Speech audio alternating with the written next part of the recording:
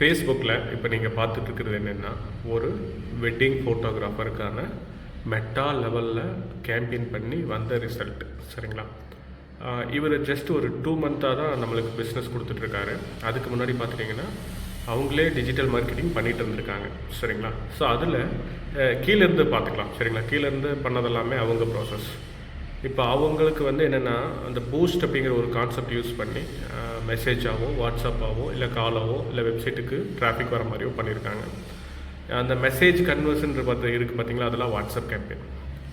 So அதில் வந்து பார்த்துட்டிங்கன்னா உங்களுக்கு ₹122, ₹133, ₹244, ₹250 அப்படிங்கிறதெல்லாம் லீடு வந்திருக்கு.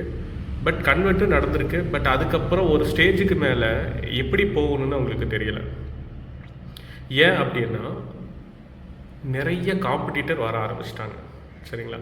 அதாவது வந்து 100 பேர்த்துக்கு 10 பேர் டிஜிட்டல் மார்க்கெட்டிங் பண்ணிகிட்டு இருந்தாங்க முன்னாடியெல்லாம். இப்போ 100 பேர்த்துக்கு 200 பேர் டிஜிட்டல் மார்க்கெட்டிங் பண்ணுறாங்க. அதாவது 100 பேர்த்துக்கு தான் தேவை இருக்குது wedding photographer.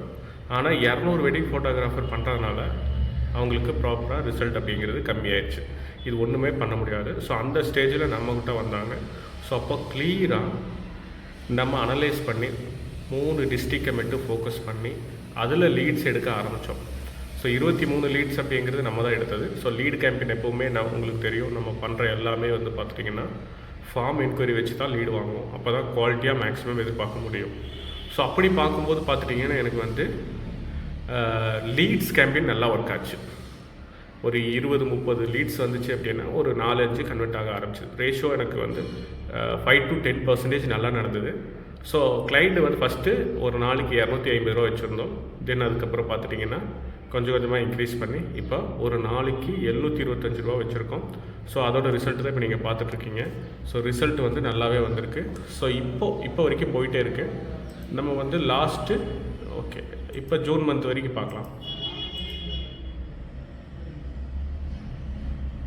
So 2023. So yesterday வந்து 8 லீட்ஸ் வந்திருக்கு. நான் வந்து என்ன பண்ண போகிறேன் அப்படின்னா, ஸோ சிம்பிள். ஸோ இப்போ வந்து 24 லீட்ஸ் வந்திருக்கு, 725.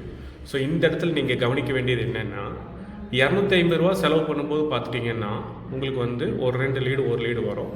அப்போது ஒரு மாதத்துக்கு நீங்கள் எவ்வளோ சேல்ஸ் கன்வெர்ட் பண்ணுறீங்களோ அதுதான் உங்களோட பிஸ்னஸோட டர்ன் ஓவர். அதாவது அதிகமாக நீங்கள் க்ரோ ஆகிட்டுருக்கீங்கன்னு அர்த்தம். பட் கம்மியாக பண்ணும்போது பார்த்துட்டிங்கன்னா உங்களுக்கு வர்றது அது கரெக்டாக செலவு பண்ணுறதுக்கு ஈக்குவலாக போகும். ஸோ இந்த ஸ்ட்ராட்டஜி என்னென்னா, ஒரு மாதத்தில் நீங்கள் 100 லீடு எடுத்து எவ்வளோ பிஸ்னஸ் கன்வெர்ட் பண்ணுறீங்க, 500 லீடு எடுத்து எவ்வளோ கன்வெர்ட் பண்ணுறீங்க, பிஸ்னஸ் எவ்வளோ நடக்குது, அப்போ நான் எவ்வளவு இன்க்ரீஸ் பண்ணுறேனோ பேமெண்ட்டை அந்த அளவுக்கு எனக்கு ரிசல்ட் அப்படிங்கிறது வரும். ஸோ அந்த லாஜிக்கில் இது ஒர்க் ஆகிருக்கு. ஸோ நீங்கள் யோசிக்கலாம். ஸோ வந்து பார்த்துட்டிங்கன்னா எஸ்டர்டே 8 லீடு. ஸோ இன்றைக்கி ஏதாவது லீடு வந்திருக்கான்னு பார்க்கலாம். 2 லீடு வந்திருக்கு. ஒரு லீடோட காஸ்ட்டு 208. ஸோ லீடோட காஸ்ட்டு குவாலிட்டி ஆக உங்களுக்கு அதிகமாக தான் செய்யும், கம்மி ஆகாது. சரிங்களா? ஸோ இன்னும் நம்ம டீட்டெயிலாக பார்க்கணும் அப்படின்னா, ஸோ ஜூன் மந்த் எடுத்துக்கலாம். ஜூன் 1ஆந்தேதிலேருந்து 30ஆந்தேதி வரைக்கும் எவ்வளோ லீடு வந்திருக்கு அப்படின்னா மொத்தம் 50 லீடு. அதாவது ஒரு மாதத்தில் 50 லீடு.